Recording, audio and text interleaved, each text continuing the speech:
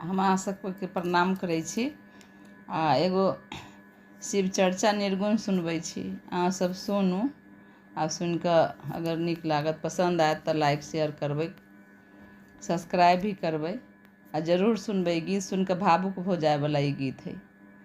धन्यवाद। शिव गुरु नाम हम जपबै, सकल भरम हम त्यजबै। शिव गुरु नाम हम जपबै, सकल भरम हम त्यजबै। के आहे बहिना बनि जेबै भेलानी बैरागन रे की। के आहे बहिना बनि जेबै भेलानी बैरागन रे की।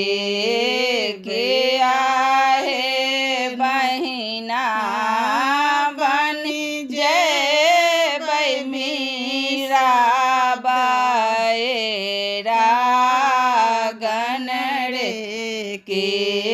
के आहे बहिना बनि जेबै मीराबाई रागन रे की। धन बितरहि जैतै, छूटे जैतै महलय टारी। धन बितरहि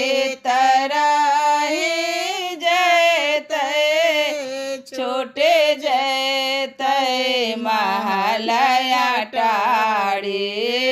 के आहे बहिना हंसा उड़ैते, कोई न पड़े खतरे की। के आहे बहिना हंसा उड़ैते, कोई न पड़े खतरे की। माए बाप गहना देलखिन, मन के मनोरथ पूरलखिन।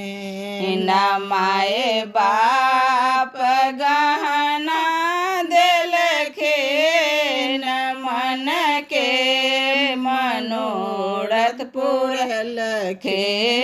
के आहे बहिना चलहु के बेरिया गहना उतारत रे की।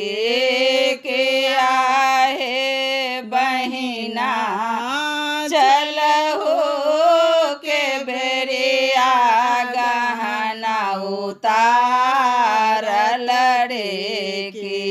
जब हम जानते बहिना गहना उतारे लेतन।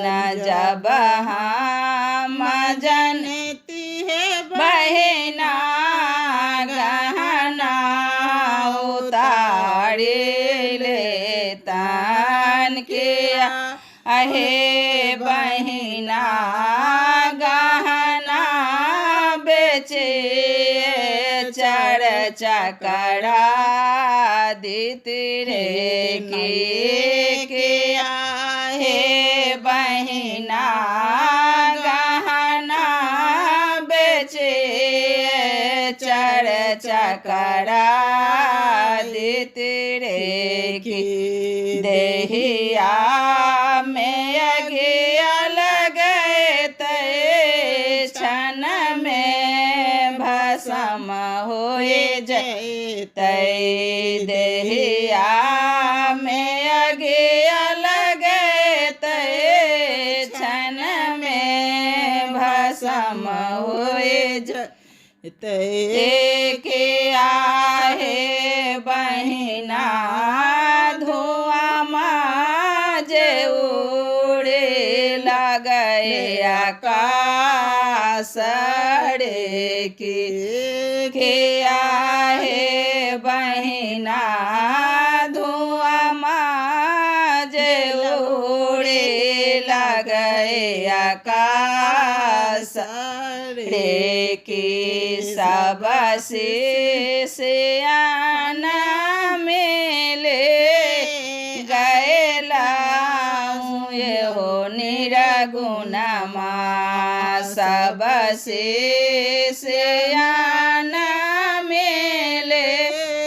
गैला ये हो निरगुणमा के आहे बहिना कहला सुनाला माफ कर दे हबड़े के आहे बहिना कहला सुनाला माफ कर दे हबड़े के।